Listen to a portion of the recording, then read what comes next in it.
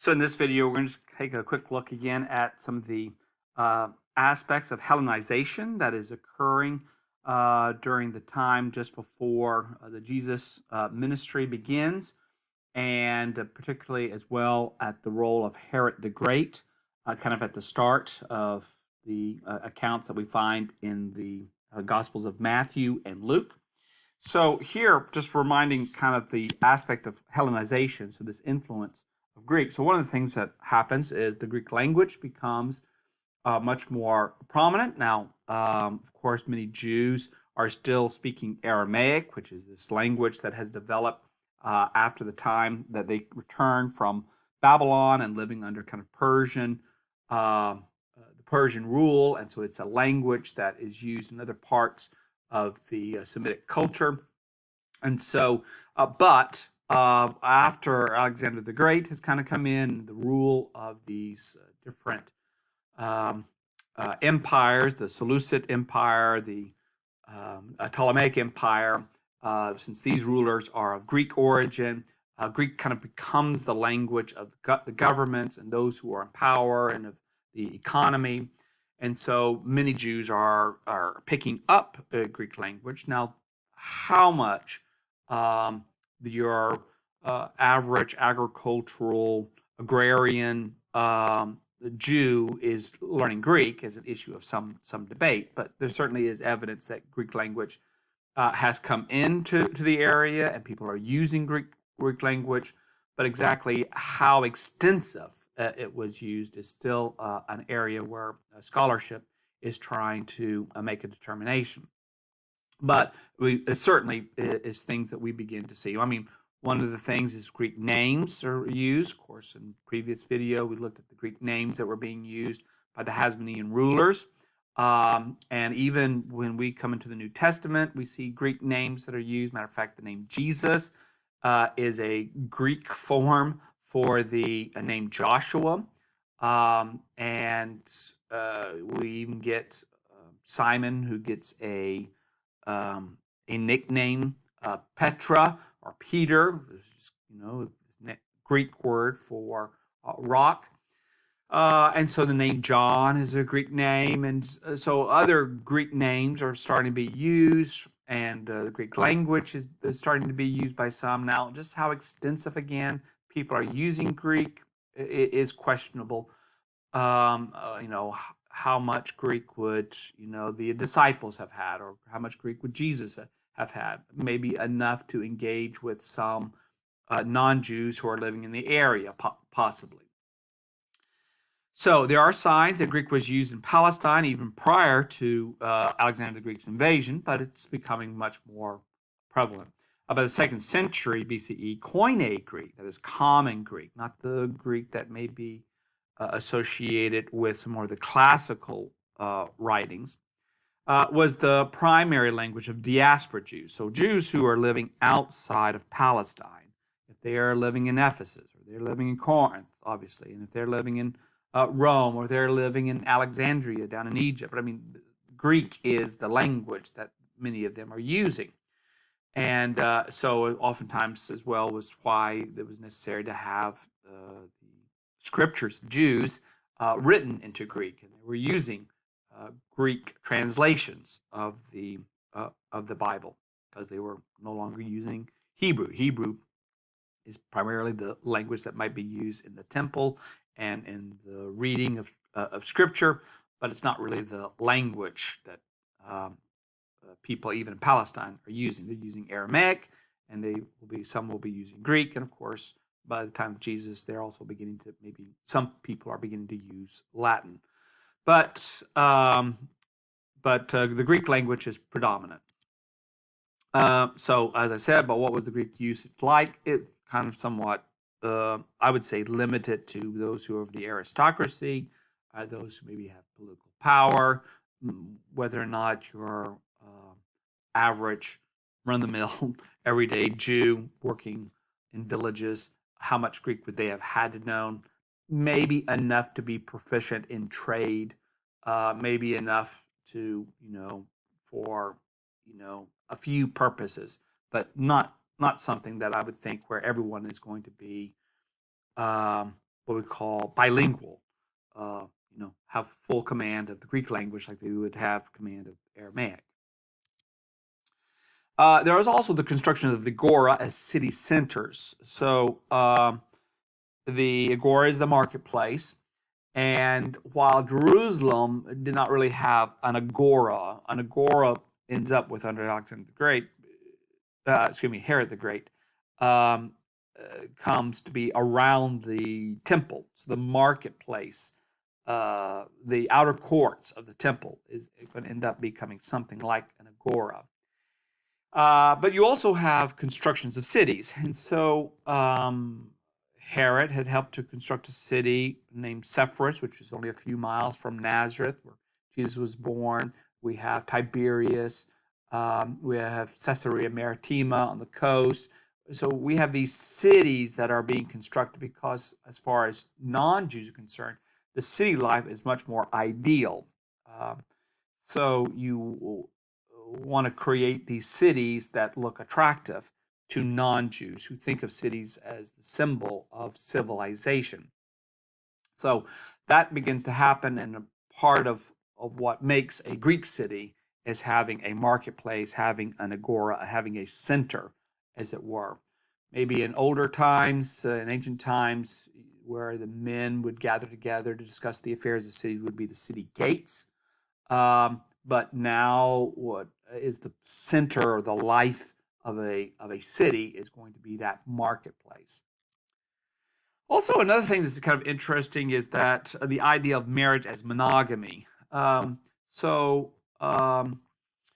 idea of multiple wives can be found, even in the biblical text. Different people have multiple wives, although that might not have been the standard, the predominant thing. It could happen.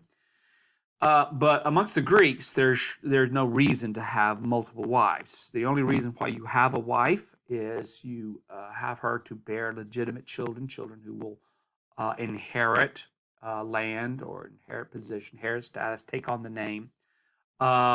So monogamy, having just one wife, becomes the more of the ideal, even within amongst Jews. Could Jews still practice polygamy? Yes, they could on rare occasions. Maybe under levirate laws, a relative might have to take his dead relative's spouse as his wife. So that might occur on some rare occasions.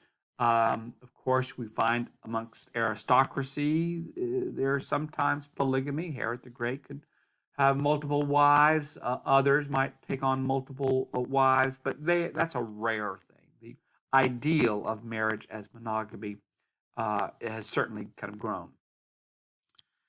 Now, during the kind of the Roman Herodian rule period, still Greek is very much the influence, but now we have, in terms of government, you have Roman figures who are adopted by the Romans to lead. Of course, in 63 BC, the Roman general Pompey, for this time had conquered virtually all the territory in Asia Minor up to Syria.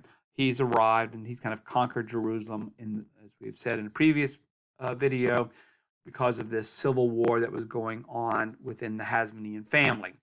And they primarily bring stability in there. They intervene and take over the temple, the Jerusalem, the city. So now they're going to run things. And as part of running things, they try to choose people in the area who can be administered.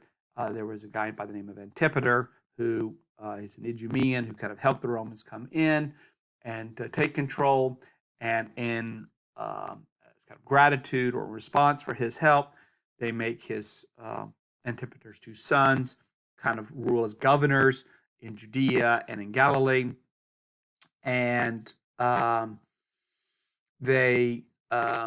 Antipater's sons, one was named Fassel and the other one was Herod. Herod is governor of Galilee. Fassel is over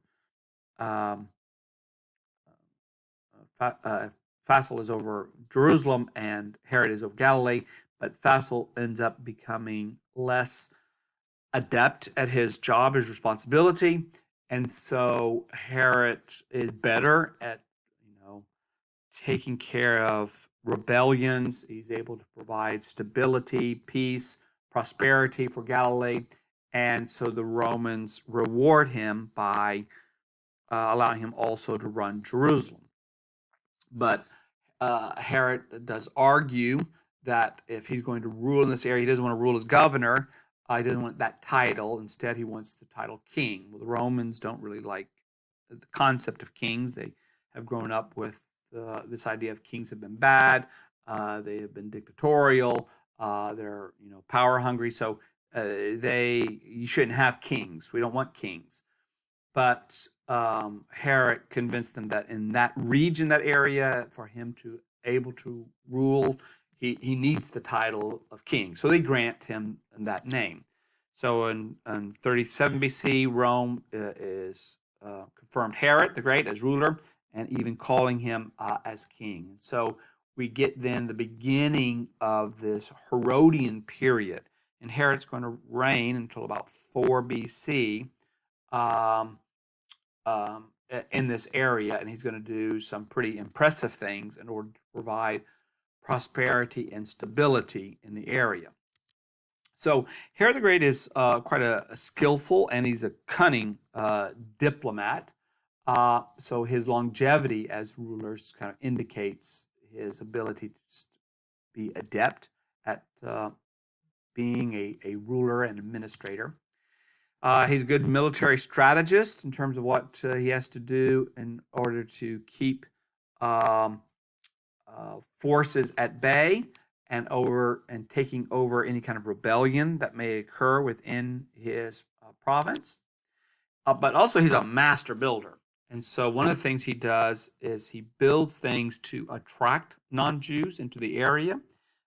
He's built cities like Sepphoris, and he is going to enlarge things in Jerusalem, and he's going to build gymnasiums. So he's going to be amphitheaters, hippodromes, lots of things are being built by Herod. So even today, someone can go to Jerusalem, they can see the what's called the Wailing Wall. Those are Herodian stones as a part of the way in which the temple complex had been expanded by Herod the Great, because to welcome pilgrims from all over, Jews who had been dispersed, who would come for festivals in Jerusalem, who wanted to participate in a worship in the temple. So he just was very good at enlarging the status and the productivity of Palestine. But he was also a ruthless and murderer ruler. So if he had people who stood up, who opposed him, who found out was opposing him, he would even sometimes take their land. And as he would take their land, he would then sell it or give it to his friends, all who would help take this land and then help produce from this land the things that Rome needed produced. So if he thought anybody was going to take over his kingdom, he was willing to kill them. He drowned a boy priest, Aristobulus III, from this Hasmonean family, because that could be a threat to him, because this was royalty, and people might look to Aristobulus to revive, Hasmonean rule. He murdered his wife, Merimee, who was also a Hasmonean princess. He even murdered his sons. He even murdered Alexandra, Meremee's mother, because she thought she may be doing things to try and bring about a takeover of his kingdom. He even ordered the execution of his two sons by Merimee. So, he is someone who, if he thinks that there's a threat, he's going to take action and try to remove that threat. So the story that we find in the Gospel of Matthew about this boy who's going to be these children who are killed by Herod the Great because he thought that someone was born who might be king of the Jews. That kind of fits into this pattern that we see. He murdered close friends. He murdered aristocrats whom he suspected of disloyalty. So, of course, in this Matthew 2, we have the story of the murdering of boys 2 years and younger. There's no outside the biblical material. There's nothing that confirms this activity, but it's a story that fits the pattern that we find from other sources about Herod the Great and his concern about people trying to take his control. Even before his death, he arrested men to be killed at his death, so there would be mourning in the nation. So we really see that although he's a great builder, he's a great strategist, he did a lot of things to improve the conditions or expand Hellenization, making Palestine a kind of formidable province. He was a ruthless ruler. And so that brings us really up to Herod the Great. Upon his death, his son Archelaus is going to take over for a short period of time, at least for Judea. There's going to be some dispute about his will. It seems like there may have been several wills. Rome's going to have to intervene and going to have to grant or divide up his kingdom amongst his sons. But the end of the Herod Great's rule really starts around 4, maybe 5 BCE. So we will end that quick survey up to the time of Herod the Great.